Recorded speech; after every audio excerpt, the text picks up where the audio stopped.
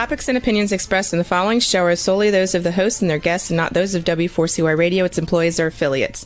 We make no recommendations or endorsements for radio show programs, services, or products mentioned on air or on our web. No liability, explicit or implied, shall be extended to W4CY Radio or its employees or affiliates.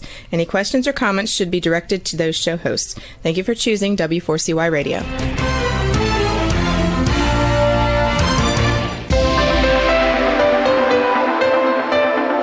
Churchill said, "Those who fail to learn from history are condemned to repeat it." Kevin Hallinan believes that certainly applies to business. Welcome to Winning Business Radio, here at W4CY Radio. That's W4CY.com. And now, your host, Kevin Hallinan.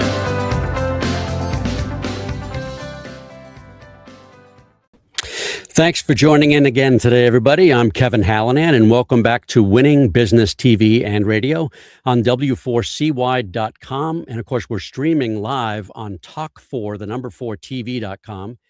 And we're live on Facebook, and that's at Winning Business Radio. And of course, we're available in podcast after the live show on wherever you see or hear your content. That's YouTube, iHeartRadio, Spotify, Apple. Again, the list goes on anywhere you listen to your podcast or radio content. The mission of Winning Business Radio and TV, as regular viewers and listeners know, is to offer insights and advice to help people avoid the mistakes of others, to learn best practices. Those are the how-tos, the what-tos, the what-not-tos also, and to be challenged and hopefully to be inspired by the successes of others. Those others are consultants and coaches, advisors, authors, founders and owners and entrepreneurs, people with expertise. But, virtually every successful person I've ever had a chance to talk to has had some form of failure in their lives and careers. So, as I say every week, while we all have to get our knees skinned once in a while, I'm driven to keep those scrapes from needing major surgery. Let's endeavor to learn from history so we don't repeat it. I've spent the better part of my career equipping businesses to grow, from solopreneurs to small and medium-sized companies, all the way up to the Fortune 50. I've seen some of those companies win, and to varying degrees, I've seen some fail. I've had the opportunity to rub elbows with some of the highest performing people around and with some who probably should have found other professions. And in my own businesses, I've had lots of success, but some failures too. I like to think I've learned a lot from those experiences. So yeah, you're going to hear from me, but mostly you'll hear from our guests, those experts, consultants, coaches, advisors, authors, founders and owners, and entrepreneurs. And today, my guest is Steve DeVries, certified business and executive coach with Focal Point and founder of DeVries Enterprises. Here's Steve's bio. Steve DeVries has dedicated his career to transforming organizations into high-performing, future-ready businesses. As a certified business and executive coach with over 25 years of experience, he's worked with countless technology-based OEMs, manufacturing companies, and service providers to improve team performance and strategic execution. Steve specializes in equipping leaders with the tools and strategies to navigate complex challenges, whether it's developing leaders, improving financial management, or preparing for organizational succession. His hands-on approach helps clients see tangible results, often within months. His clients have achieved 20 to 50% profitability increases in just 12 months, 25% in sales growth after implementing tailored strategies, and 50% reductions in leadership turnover. Steve loves mentoring and up-and-coming leaders to maximize their impact. He's an avid outdoors enthusiast, particularly in the New Hampshire lakes and mountains. He enjoys volunteering his time as a coach in youth sports and advising entrepreneurial students. Steve's favorite quote is, "Success is not final. Failure is not fatal. It's the courage to continue that counts." Winston Churchill, man after my own heart. He earned his BS in Business Administration and Management at UMass Lowell, as well as his MBA in Management. Steve coaches because he enjoys helping people succeed. He finds the most meaning in supporting leaders through tough moments when decisions feel heavy, pressure's high, and clarity is hard to find. Coaching allows Steve to bring a calming, experienced presence to those situations, helping leaders think clearly and act with confidence. Clients value his perspective, steadiness, and accountability. Many say they begin anticipating the questions he will ask and the standards he will hold them to, evidence that the work has become part of how they lead. Steve resides in Windham, New Hampshire with his wife, Kim, and their two children, Paige and Sam. Steve, welcome to Winning Business Radio. Thank you so much for having me, Kevin. I really appreciate it. You got it. I know you're busy and I appreciate it. So tell us about your family. Start with your wife, Kim. Yeah, so Kim and I met when we were both attending UMass Lowell 100 years ago. Yeah. Some people know this. Our first date was on Valentine's Day. Oh, cool. And I knew from that moment, like that first date, I was done. We were engaged less than a year later and Oh, married about a year and a half after yeah. that. And it's been well, I will say mostly smooth sailing. No marriage is ever perfect, Of but course. Of course. smooth sailing all the way since. So Nice. this year will be anniversary 27. Oh, congratulations. And does she work? She does. She's director of project management and I guess the right hand person for the COO of a Boulder, Colorado based pet food company. Very cool. Very cool. Yeah. And your kids, Paige is 23, Sam's 18. Tell us about them. So Paige is she is off doing the adulting thing, as she likes to say. So Yep. she lives in Boston. She graduated from the Cool. University of New England Oh, yeah. a little over a year ago, That's a and pretty is campus. yeah, it's gorgeous up there. And she is making her way as a young adult. And my son Sam, who is freshman at Plymouth State University, he's on spring break this week, living the life of luxury. One floor below me right now. I can hear him talking to his friends as we speak. That's funny. That's funny. They like the outdoors too? Absolutely, yeah. We have a boat that we take out up on Winnipesaukee, and Nice. it's lots of day trips, but we'll parlay that into a 1 week stay at an Airbnb somewhere up there, and the whole Nice. family comes up and they bring their friends, and we have a good time. And we'll always do the outdoor things, the hiking and boating and whatever comes our way. Yeah, my family and another family across the street from us, we lived in Medfield, and the two families got together and bought a big old farmhouse on Route 25 between Plymouth and Rumney and Wentworth. And so I spent a ton of time as a kid. I love New Hampshire up there, so Yeah, you go. my childhood was all Yeah, like the summer vacations were all Winnipesaukee, or yep. there was a period of time at Newfound Lake as well. So I love the New Hampshire Lakes region. It's Love them both. Newfound. We had a piece of land on Newfound that my parents didn't end up developing. They ended up selling it, but we were going to be there. We did swim there a lot. So, all right. So you grew up nice. in Billerica, Mass. Tell us about the town and what it was like to grow up there. Oh, geez. What can I say about Billerica? So, Yeah. Merrimack Valley town. I mean, for me, it was kind of a normal upbringing. Mm, I had my crew of friends. We hung out all over town, playing lot of basketball together, a mhm. lot of pickup sports. Right? I mean, football, baseball, all that good stuff. Driving around, getting into a little bit of trouble here and there. Right? That was all part of it. I Mm, mean, Billerica itself is. I think it for a long time, it was very, very much a blue collar kind of town. And I think mm, it's morphed into more of a mix of blue collar, white collar types of professions. Tons of industry there. mm, Funny enough, so I mean, I had my first real job there in Billerica, and when I graduated UMass Lowell, I ended up working at a business in Billerica for 19 years that was wow. not 5 minutes from my parents' house where I Wow. grew up. And I couldn't get out of Billerica for a period of time. I couldn't get out of Billerica even if I tried. It was kind of crazy. Just when you thought you got out. Yeah, they pulled me back Yeah. in. All right. And how did you make it to Wyndham? Wyndham's a nice town in New Hampshire. Yeah, so as I mentioned earlier, my wife and I met at UMass Lowell, Mm, and so when we graduated, we ended up buying our first house in Lowell just before we got married, and then sold that house and bought another house in Lowell.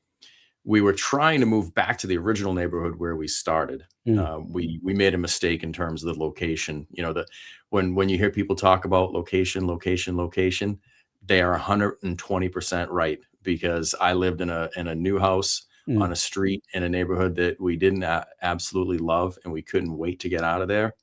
And when the housing market crashed, mm. we ended up we were underwater on that house. We ended up paying to get out of it, Oh, and we were trying to move back to the neighborhood where we had started, because that's where mm, we really wanted to be. and couldn't find the type of house that we wanted. And we had some other family dynamics going on that were basically pointing to us to leave Lowell. And we had looked on and off over the years in southern New Hampshire because we both really liked New Hampshire. Yeah. And so the time, at that point you could buy low into Windham. Yes. You can't really do that now, but at that time we were able to buy low in Windham, and it's been great for us. I mean, great school system, great neighborhoods, met a lot of really, really good friends here. So it's been good to us. Nice. All right. So now consider high school years, maybe early college. Who were your early influencers? Ooh, I'm going to tell you about people that no one's ever heard of before, Sure. unless you were in the types of businesses. I was very lucky. I tell people this a lot. Mhm. My early influencers were actually the bosses that I worked for as a teenage kid. Mm. I was very fortunate to work for some really smart people, good people, people who had the patience to show me the ropes. I fell in love with business at a young age, and I knew I wanted to be in business leadership probably when I was 15 years old. Very first job, first W-2 job anyway. Yeah. I worked at a liquor store, and I worked in the back where I sorted all of the bottles and cans that people would return, Oh, for wow, the yeah. nickel. And I mean, it was perfect job for a young high school kid. But it was nasty, and I was cleaning toilets for the employees and taking the trash out and doing all Yeah. these things. Yeah. But the guy who owned the store, his name's Vinny Strazieri. I think he's since sold the store and retired. But I was in and out of the little corner store next to the liquor store all the time as a kid. And he approached me one day and said, "You need a job." And he says, "I heard you're looking." And I said, "Yeah, I have been looking for a job." So he hired me, and he taught me so much about business, because I would finish up my work and I would go and see him. I'd see all these papers out all over his desk, and I was always very curious about it. And I'd be asking, the general ledger books and purchase orders and packing slips and all these different things. And I would be asking him questions, probably to the point where I annoyed him. But I just kind of loved how it all went together. Yeah. And so that got me curious about business. And then I moved on from there, and I won't take you through my entire pre-college resume, but suffice to say, each stop of the way, I met managers who really wanted to take me under their wing and teach me different things. And it built my love of business management and leadership. For many years, right through college, I had all kinds of part-time jobs through college. I just got lucky. I got lucky in that I was exposed to so many good people. We hear about bad bosses all the time, and I see it with my clients. Sometimes Sure. I see the bad bosses within their organizations, and I see the impact that it has on the people that report to them. And honestly, that's who I coach for. I coach for those people who wake up every day and slog off to work because they need the paycheck, but they're miserable, and it's because they're working for a poorly run team or a poorly run company. And I want them to have a good experience as much as I want the owners of the business to do well. So, that all came from learning from these people who had been in business, and I was lucky enough to be exposed to. Love that. All right. We're going to take our first commercial break right here. We will be back in 1 minute, everybody. We're going to be back in about 60 seconds with Steve DeVries. You're listening to Winning Business Radio with Kevin Hallinan on W4CY Radio. That's W4CY.com. Don't go away. More helpful information is coming right up, right here on Winning Business Radio. Bestien Wealth Management is family-owned for 2 generations. They take pride in thoughtful financial planning and wealth management with a family feel for your closely held family business. Bestien Wealth Management focuses on deep planning, integrating your business planning with personal. They will help put your money to work and your mind at ease. Go to bestienwealthmanagement.com for more information. Advisory services offered through Commonwealth Financial Network, a registered investment advisor. Join the Bestien family and let our family advise your family. That's bestienwealthmanagement.com for your complimentary initial consultation. Have you ever dreamt of being on the radio? Well, now is your chance. Be a radio show guest on the #1 ranked internet radio station and promote you and your business for free. Yes, you heard it, free. Business advertising right here on W4CY.com. Call 561-506-4031 now to get booked on one of our shows. That's 561-506-4031. Get your free advertising now. And now back to Winning Business Radio with Kevin Hallinan, presenting exciting topics and expert guests with one goal in mind, to help you succeed in business. Here once again is Kevin Hallinan.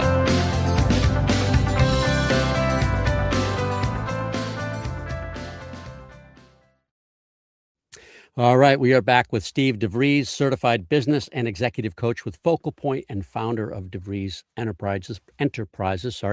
How did you make it to DJ Instruments? And I know looked like there are a couple iterations. It was purchased maybe twice.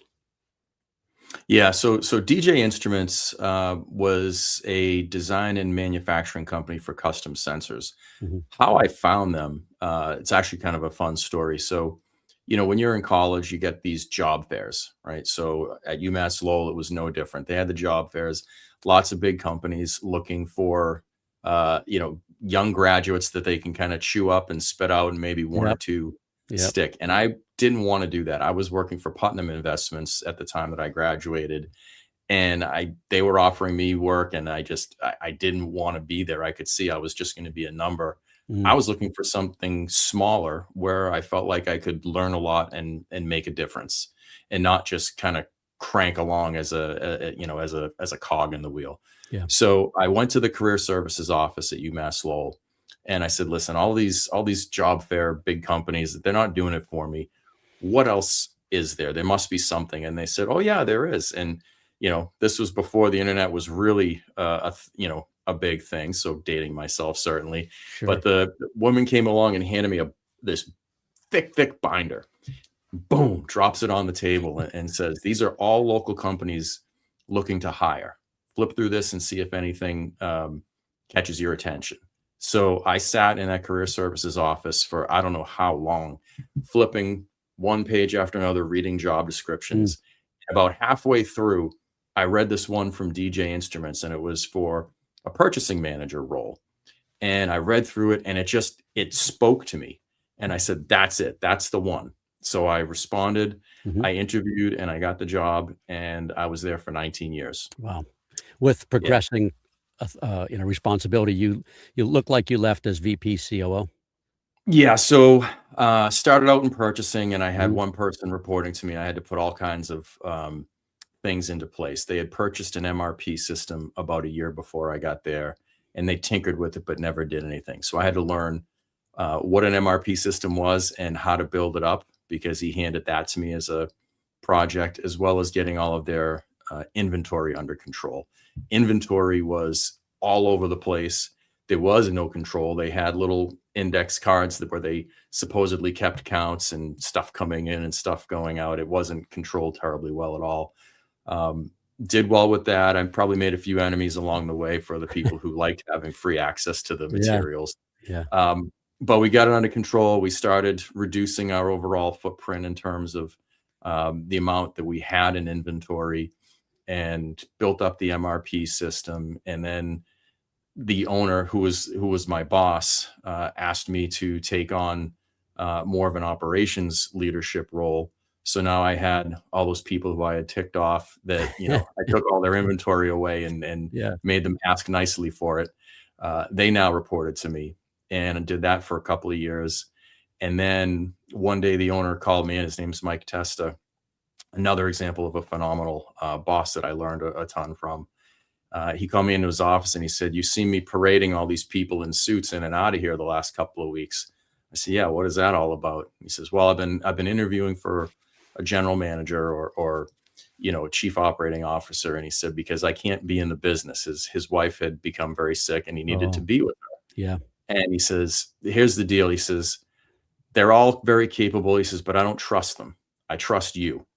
And he had been grooming me, to elevate me in the business. And it's what I wanted. But he literally took the key to the building out of his pocket and slid it across the desk and said, I'm going to promote you. You're in charge. It's your show to run. Lean on the staff, because we had a very seasoned staff there. He said, lean on the staff. Don't screw it up. I'll check in from time to time. And he got up and he left. Wow. And I sat there with these awful. Yeah, I mean, it was great that he trusted me, and it was exactly what I wanted, but it was exactly the wrong way that I wanted to get it, right? I felt like I had probably earned the shot, but not at the expense of his family situation. And so I went home that night and I didn't know how to feel. And I remember the conversation with Kim, and she said, well, listen, regardless of how you got here, you're here. And so what are you going to do with it? And so I thought a lot. That I don't think I slept a wink that night. And I had to go into work the next day and address, everybody and kind of let them know what was going on.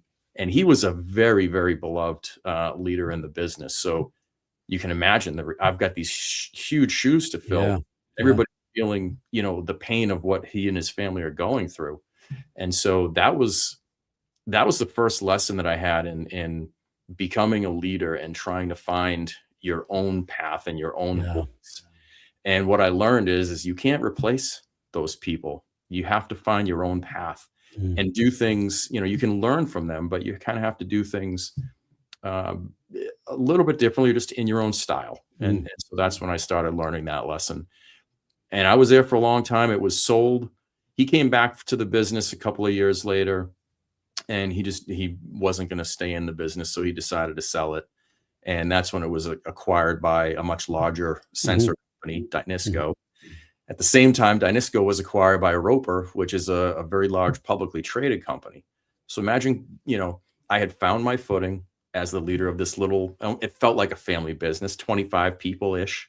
And now all of a sudden I have to deal with 6 or 7 new bosses at Dynisco, and they have new bosses at Roper. And I'm getting to learn all of them while trying to, steer the ship at Little DJ Instruments. So that was a really exciting, scary time in my life. But it taught you about corporate.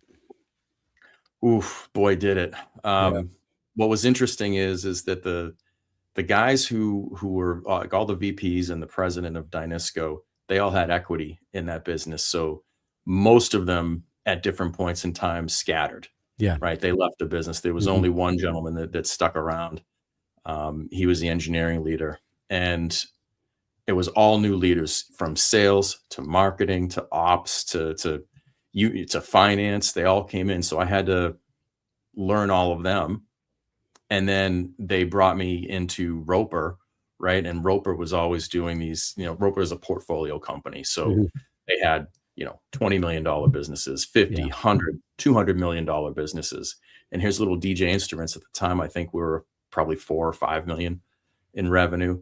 And I had to learn how to operate DJ Instruments as a business unit, just like those larger ones, and present it just like those larger ones. So I learned how to speak corporate in that environment.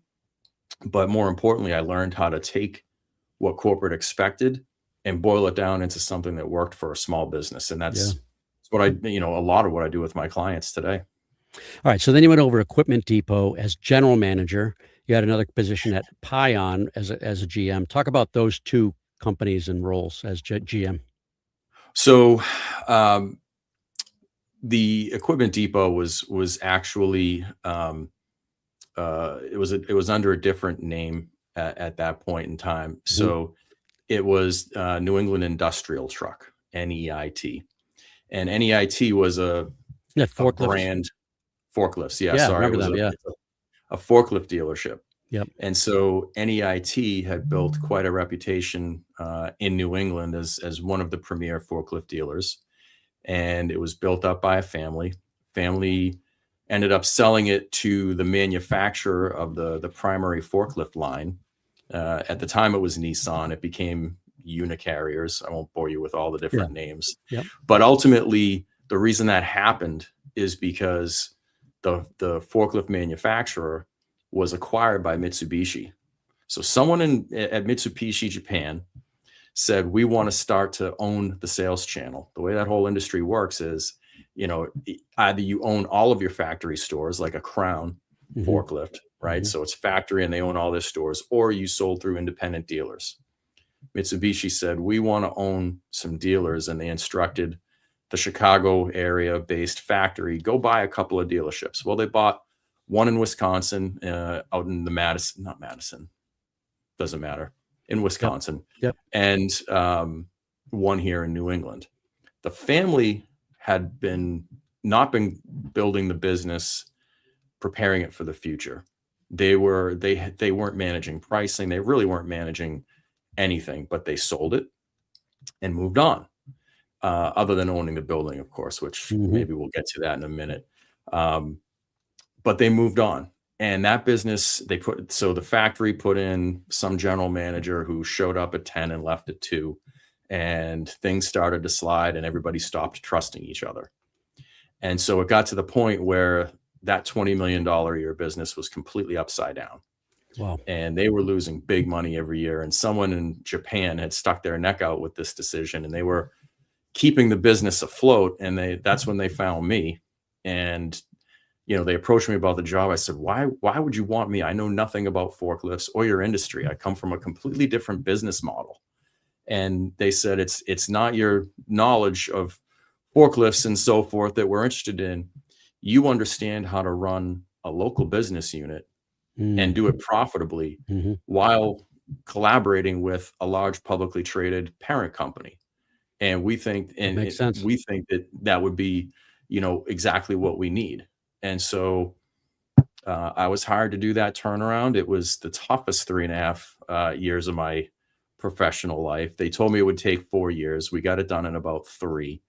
But I saw a lot in that industry that I knew that I didn't want to be there over the long haul. I wanted the challenge, right? I said, if I can learn a new industry and a new business model and help turn it around, then that's a pretty good feather in my cap. So that's what attracted me to it. I like a good challenge, and I got what I asked for. There's no doubt about that.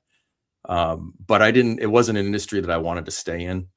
So that's how I ended up at Pion. So at that time, it was just before COVID had hit, and I was being recruited by 2 different companies, Pion being one of them. The other one was a small instrumentation company here in New Hampshire. By all accounts, that business didn't seem terribly exciting. It hadn't grown a lot. It was just kind of steady state. It was a French-owned business, and it just looked like the president was retiring, president of 30 or 40 years. They were looking for someone to come and take the torch, and that was the safe path. And I thought, coming off of this turnaround work that I had done and learning to live with my hair on fire all the time, it seemed a little bit ho-hum. And while I probably could have used a little ho-hum, I knew that it wouldn't be good for a long time. And so I went to Pion, which looked like it had a ton of upside. But here's what happened. COVID hit. And so Pion was a small business. There was, 15 or 20 people, and they had a small division in the UK. The last thing I did before leaving New England Industrial Truck was to sign off on furloughs. I couldn't keep the technicians working any longer. Nobody's business was open. Right. I brought them all in-house, and because we had just relocated the business to save some money, I brought them all in-house, kept them working for a couple of weeks, upfitting the place, and then there was no more work left for them, so I had to sign off. So I go to Pion, and I can see a ton of operational needs, but you can't. There's nobody coming into work, right? And if you do go into work, you're wearing a mask. Everybody's got social distancing, and sadly, their chief scientist passed away due to COVID. Oh, man. So now imagine you're the new general manager. You're there working with the owners. I would say that one owner wanted me there and the other one didn't. It was a husband and wife owner set. Even though dynamic. It was a tough dynamic, Yeah. but again, I was pretty cocky. and I hadn't had any major. I had one major setback, I think, or minor setback in my career up to that point. Mm-hmm. And so I thought, I can do this, right? I will win them over and do this, and I can see so much opportunity.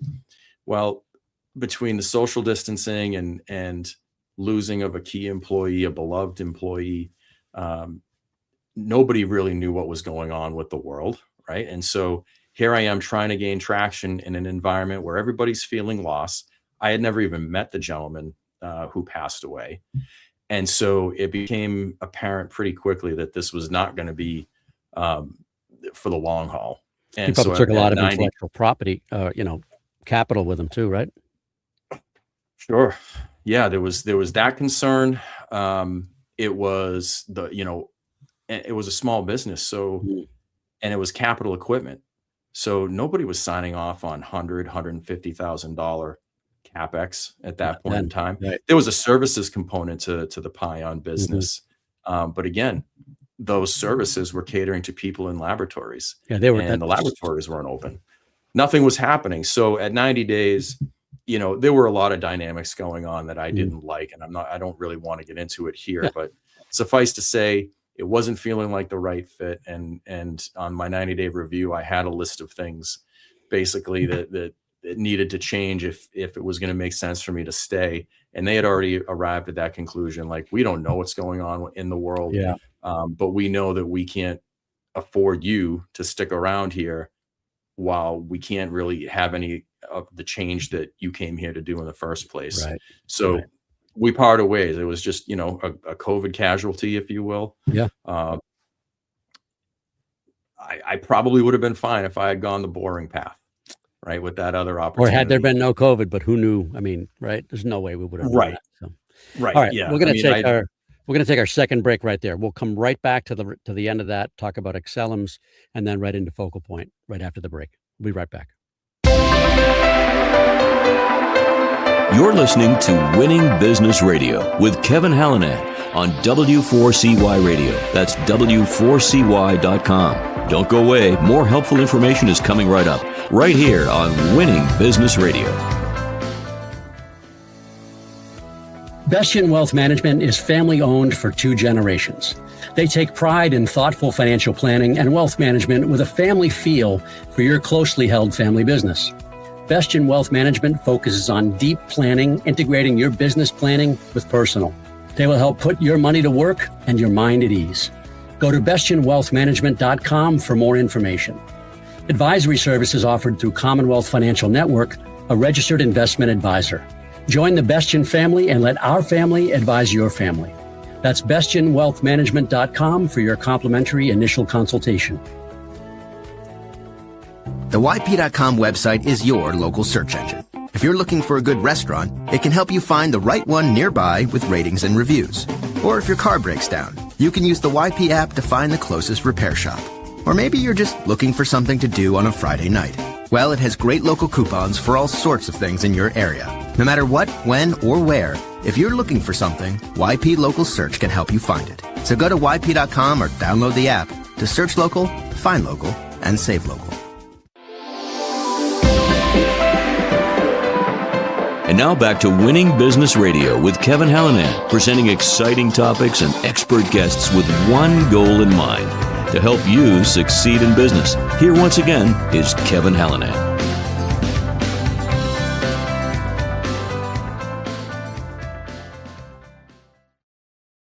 All right, we're back with Steve DeVries, certified business and executive coach with Focal Point and founder of DeVries Enterprises. Just wrap up. Sorry for the abrupt change there, or the abrupt exit there.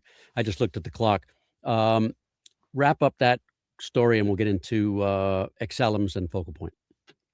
Well, I think the wrap up is, I was a bit of a COVID casualty, right? There was nothing that I could do at that particular point in time at the start of COVID that met the charter of why I was brought in the first place, which was to help the owners of the business back away and to take the business, into sort of its next generation of whatever it was going to be. Right. It just didn't work out. And these things happen from time to time. It's not anybody's fault. Nobody saw COVID coming. Yeah.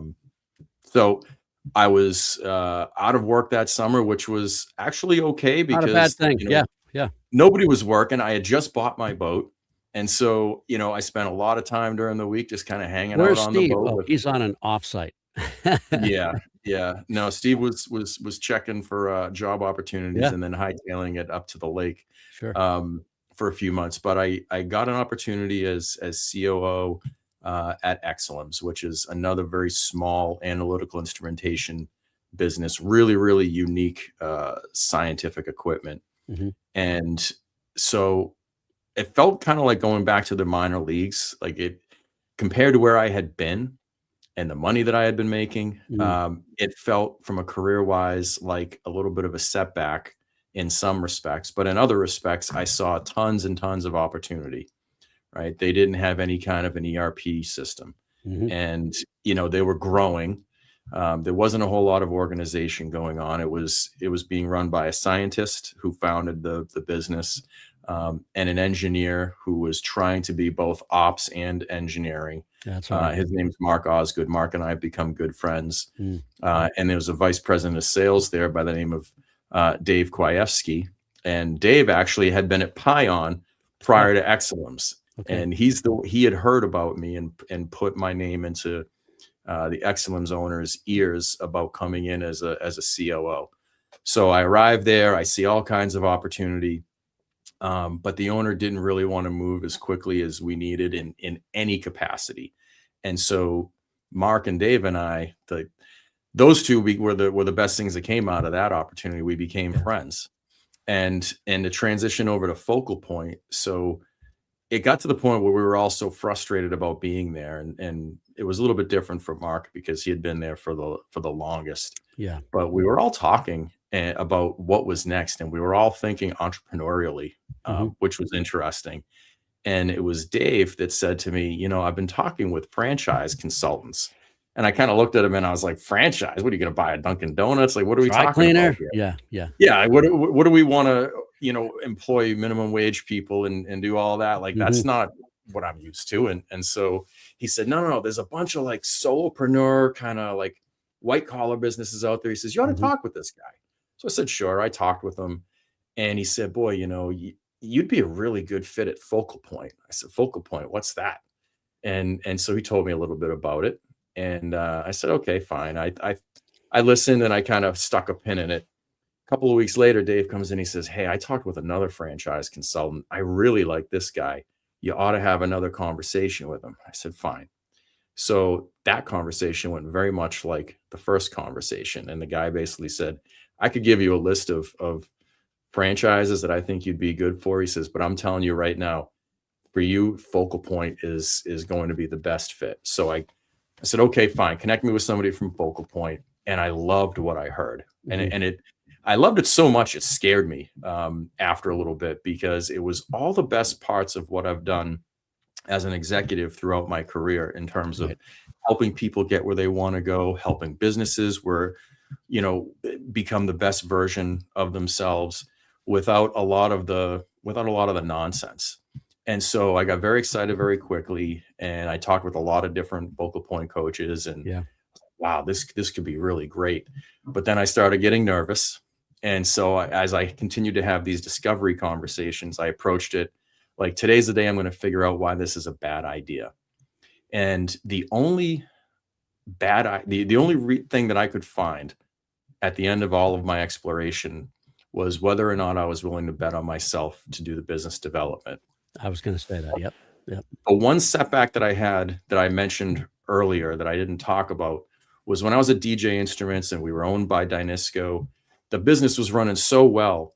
They said, we don't need you to be a general manager. We need you to be a business development guy, right? You've got this little machine that's a cash register. You're just cranking out money. We want more of it, naturally.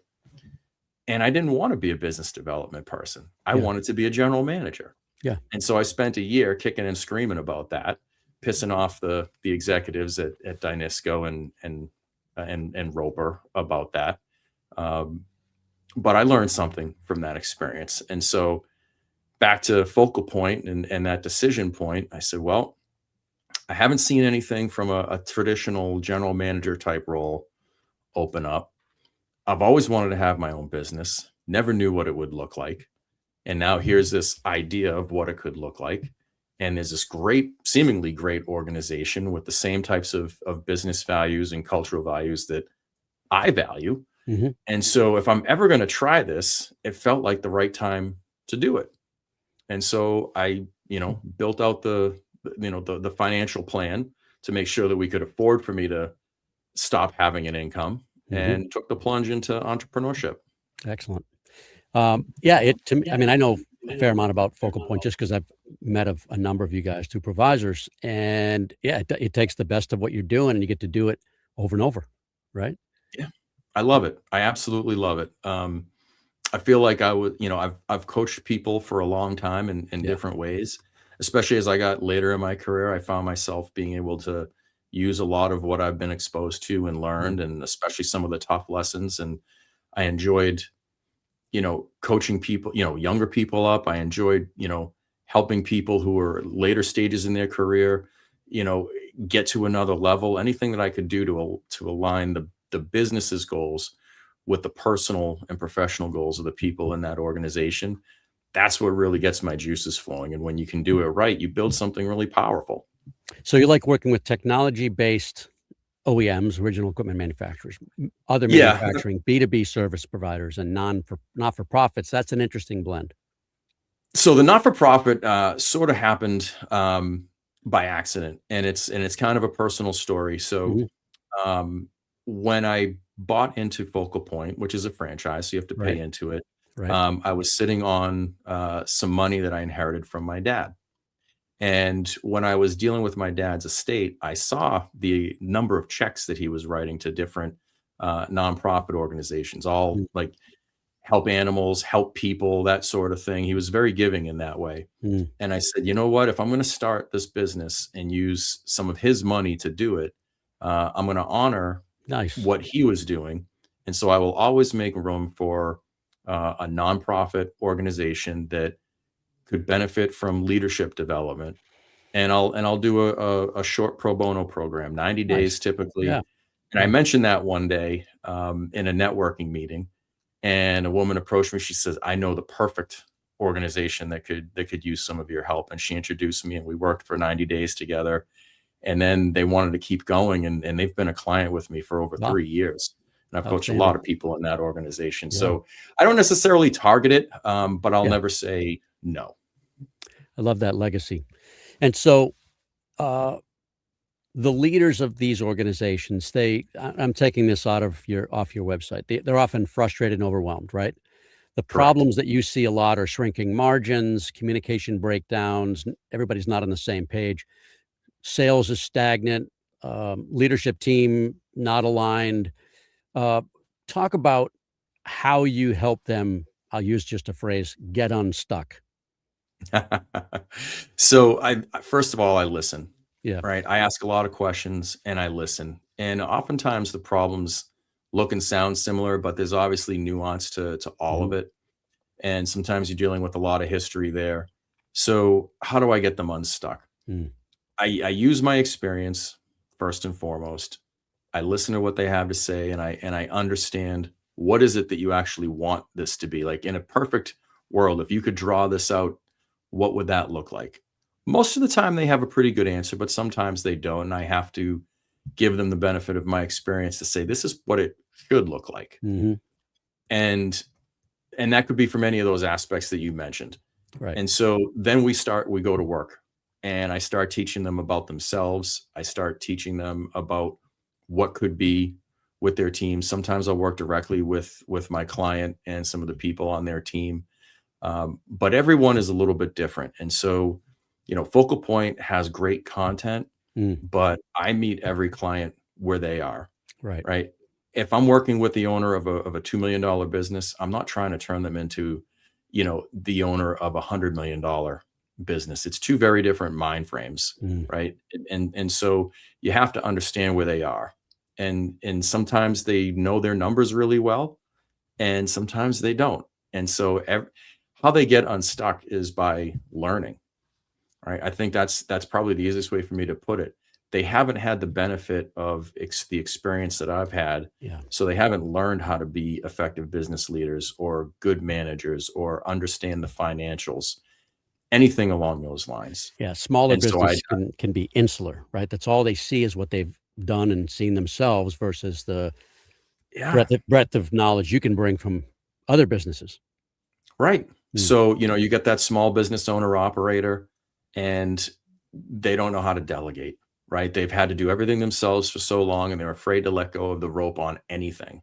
Mhm. And that stunts the business's growth. It stunts the growth of the people in the organization. And so that manifests itself in turnover, right? People get tired of being there because there's no opportunity. They move on, right? And so that's one way I help them get unstuck. I might teach a small business owner how to actually delegate and how to manage effectively, right? If it's a bigger business, maybe you've got a leader in there that's just kind of gotten, I'm thinking 10, 15, 20 million, right? They've been owner operator for so long. They've done a good job building it, but they don't understand how to think like a CEO. They're still thinking like owner operator and they're And too they've much in the weeds. probably made a bunch of money, right? So there's not a ton of Absolutely. pain, probably, right? Yeah. Until the pain shows up Yeah. because they've hit their ceiling. And now, you don't just hit the ceiling and stop. Usually you hit the ceiling and bounce back. Yeah, they realize, right? I've never planned for an exit, right? Or I don't know what next chapter is going to look like. Or, Yeah. And sadly, to your point, they or somebody else gets sick. yeah, Yeah. it could be any of it, right? How to Yeah. transition to the Yeah. next generation, how to get the most out of your business when you sell it, or I've still got 15 or 20 years left and I've grown this thing as far as I can and I don't know what to do with that anymore. I'm spread too thin. I don't know how to build a leadership team. I don't even know where to begin. Mm. And so you have to, in any of those cases, you have to understand where they're at and help them get to whatever that next level looks like. Yeah. And sometimes they don't know what it looks like. And so that's where you start. So you help them build organization. Perhaps it might be that senior team. As we say, Absolutely. I have hire a client right now professionals. going through it. Yeah. What type So, of business? It's a manufacturing company. Yep. And so, this owner, he's second generation, bought the business from his dad, Yep. has done a good job building it up, moved the business into a brand new facility that he had built out, Good for and him. it got stuck. And now it's starting to slide backwards a little bit. And he's got a lot of longtime loyal employees. But the problem is that he wants to get that business, more than 2x where it is today. Mhm. And the people who have gotten him to where it is today, he's loyal to them. So what do you do? Right. And he doesn't understand that you've got to bring in fresh minds, more horsepower, people who understand what it means to go from a $10 million business to a $25 million business. And most of the people in there right now, it's maximum, like even a $10 million business is beyond where they're comfortable in operating. Mm. And so you have to bring in some new levels of expertise. The owner, Financial professional, CFO. Actually they do have a fractional CFO. I love the fractional model, Good, yeah. right? Fractional Yeah. CFOs, fractional, VPs of HR, Mhm. sales, marketing, right? For a bit, this is the perfect size business to leverage fractional expertise. And so that's kind of the direction I'm starting to take them. How do your clients find you? Usually it's word of mouth, Yeah. right? Just about everybody has been word of mouth in some way, shape, or form. Somebody that I know, somebody that I've just met. Has Provisors been good for you up until now? Yeah, Yeah. absolutely. Provisors has given me a couple of opportunities. Mhm. Provisors has been great because I've learned a ton from others, and I've met people who are willing to help, not just professionally but personally. Right. I don't know if we have enough time, but I could share. No, we actually have to wrap up. I know. Then I'm going to let you wrap it up. All right. So let me ask this. Best way to contact you, your website is there. It'll come back in a second. Why should someone who's listening or watching reach out? Because they're frustrated with their current situation. They know that there's a better way, but they don't know how to find that better way, right? If you're running a business and you know that it should be easier, a little bit easier, it should be a little bit better, and you're just not quite sure how to make that happen, that's why you call me. Excellent. So the website is stevedevries.focalpoint.com. There it is again. Steve, S-T-E-V-E, DeVries, D-E-V-R-I-E-S, .focalpointcoaching.com, sdevries at focalpointcoaching.com. Reach out and talk to Steve if you think you might need some help. And thank you so much. I appreciate the time, and it's been good to have you. Kevin, it's been an absolute pleasure. I appreciate you and what you do. Thank you very much. And thanks, everybody, for listening and watching. We appreciate you. This is a show about business and often business challenges. If you've got concerns about the sales effectiveness of your company, whether your sales team is you or very small or it's very large, feel free to reach out to me on Facebook or LinkedIn at Winning Business Radio. Drop me a note at one of my many email addresses, kevin@winningbusinessradio.com. Our company is Winning Incorporated. We're part of Sandler Training. We develop salespeople and sales teams into high achievers and sales leaders into true coaches and mentors. Listen, we're not for everybody, but maybe we should have a conversation. Thank you to producer and engineer Juan. Thank you, Juan, for another job well done. Be sure to join us next Monday, March 23rd. My returning guest will be best-selling author and salary coach founder John Gates to introduce The Crossroads, a proven faith-aligned path to help Christian corporate leaders launch their first consulting business. Until then, this is Kevin Hallinan. You've been listening to Winning Business Radio with your host, Kevin Hallinan. If you missed any part of this episode, the podcast is available on Talk4 Podcasting and iHeartRadio. For more information and questions, go to winningbusinessradio.com or check us out on social media. Tune in again next week and every Monday at 4 p.m. Eastern Time to listen live to Winning Business Radio on W4CY Radio, W4CY.com. Until then, let's succeed where others have failed and win in business with Kevin Hallinan and Winning Business Radio.